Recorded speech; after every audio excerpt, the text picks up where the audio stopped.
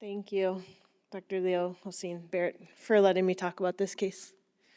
I'm a surgical endoscopist, not so much a bariatric surgeon. The only bariatric adjacent procedures I do are after hideous redo foregut surgery, so a little different than what you guys have seen. I'm going to talk today about management of a sleeve leak. And I was finding it interesting as I'm listening to all these presentations that a lot of the operative focus for takebacks, especially early and I guess late, have a lot to do with, fixing bypass anatomy surgically. Fixing sleeve anatomy surgically is a different beast altogether, maybe not doable. So I think endoscopy is unique for this problem. I don't have any disclosures. I posted this case and I just put the post up here. It took me a really long time to find it. Thank you guys for helping me. It actually was in the SAGES Flex Endo Masters program, which I would just join that one too, while you're joining the bariatric one, because it looks at things in a different, unique way, but also I think can add some value and maybe, fun to your day. I don't know. Anyway, this is a patient who presented 2 weeks out from a sleeve to the ER with chest pain, epigastric chest pain, and she looked well. We scan most people in the immediate periop period, even if they have a normal white count, because if they're having pain and they're not acting quite right, we want to know why. And she had basically a normal CT with a little comment of maybe an extraluminal bubble, but not a big collection on cross-sectional imaging. But we got an upper GI, and that showed a tiny leak. So I posted this after my first scope of her, but I told everyone that, I had a plan, but I wanted to know their plan. And here's what people came up with on the left-hand side. What I like about the Hive Mind on social media is that the SAGES group gives a lot of thoughtful answers that are very reasonable. Most people don't go too far out of left field. But also in endoscopy for this, there's no right answer. So that's kind of fun. Any of these would be reasonable.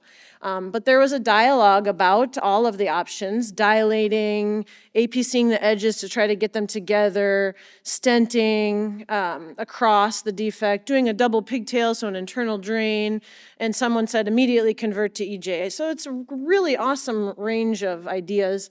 And then a lot of dialogue on the right about why each idea might be worrisome. And I've heard all of these, and they're all like reasonable thoughts. Tissues might not hold a clip, right?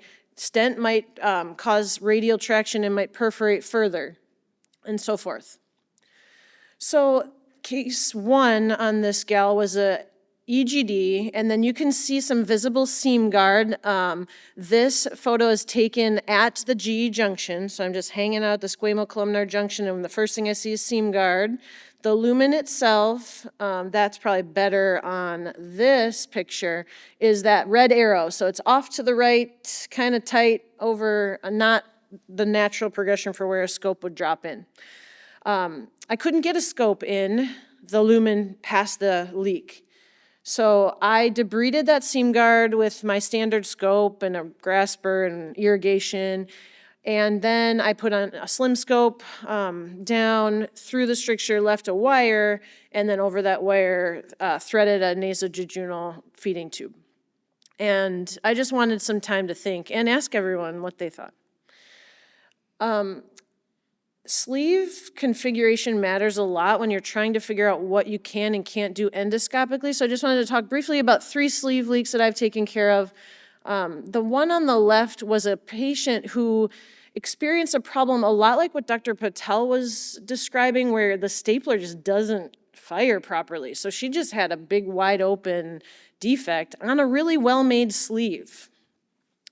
A huge leak, but a really nice straight sleeve. That's gonna need a different set of approaches than the person in the middle photo who's got a proximal sleeve leak. They're all proximal, by the way. And then a sleeve that's tight at the incisura, right? So something where you have distal obstruction that's probably caused your leak, but how do you solve that problem, right? My gal is on the right, so she has a little bit of extra fundus on top, more than you'd want, but that's in the belly. She has kind of an angulated sleeve, maybe also tight at the incisura, hard to tell. And then the leak of each place, the two on the left are obvious, right? Those are the leaks, but her leak was teeny tiny and was right where that red arrow is. So not quite at the area of stenosis. Okay. So I took her to the operating room with all of those thoughts in mind and ended up finishing debriding, placing an Ovesco clip, you can see that in the right photo, over that tiny leak proximally. And then I really wanted to dilate the stenosis, not with a balloon because I wanted something a little bit longer of a dilation, but with a stent. And I put my stent in, and after you deploy a stent, then you drive it and you just see, is it laying the way, it's gonna work where it's not obstructive, or is it laying in a funny way where it's gonna be kinking? And it was going to cause more obstruction, the stent I placed just distal to that Ovesco clip. So, here, I'm just trying to show you. Oh, here we go. So she ended up getting, that's her pre on the left again. The middle photo here is post-stent. She got a stent in stent because I put that distal one first. I didn't like it because it obstructed. So I put another stent proximal to that stent, which is a lot of stenting. So that stent you can see reaches mid-esophagus all the way well past the strictured area. And then you can see the little Ovesco clip at the top of the green. She did about as well as you can expect someone with a stent like that in their esophagus to do, because those are really, really irritating to have in. She lasted 9 days with that stent. She was begging me to take it out. So I went and I took it out. I did an on-table study. Everything looked pretty good. Her Ovesco had held up. Her sleeve drove a little better. You can see that the configuration is a little bit more favorable to long-term success. And that was the end of mine and her story. She didn't get any more scopes from me.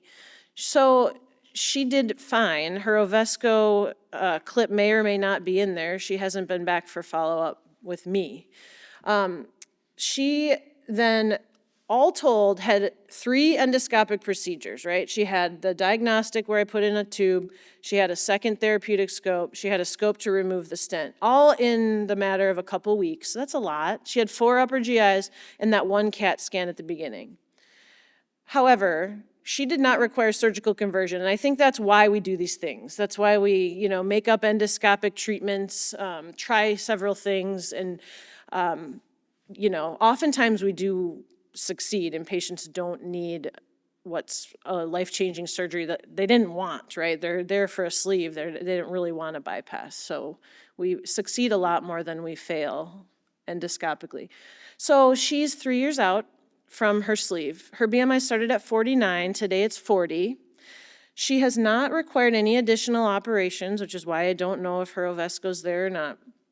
She did go and get an abdominoplasty in the last month. I don't have records of that. But otherwise, I feel like she was a success. Now, here's my learning points. As I've harped on, and you all know this already, the sleeve shape matters, right? But it doesn't just matter in terms of success of the sleeve and rates of leak, but once you have a leak, it matters, right? You got to figure out what you're going to do with the sleeve shape to make your treatment of your leak work. If you have any distal stenosis, you need to address that, whether it's with serial dilations, whether it's with a stent for a period of time, whether it's by treating the pylorus. So in that gal who had a pretty straight sleeve, but I really wanted no outflow obstruction whatsoever, I usually Botox those pyloruses because it gives me a little bit of time with better outflow in hopes that that'll help seal a leak. Stents are very poorly tolerated when they cross the GE junction. So I counsel patients ahead of time. But sometimes when that's your best option, that's your best option. Point 4 is probably the most important point. I very rarely close these primarily. This lady is an exception because her leak was tiny. There was really no fluid on the other side, so I consider it relatively clean. So I kind of feel like I got away with closing that. But in general, I think closing a leak is usually not the answer you should reach for immediately. So those are my thoughts, and I really appreciate your time. I'm looking forward to questions.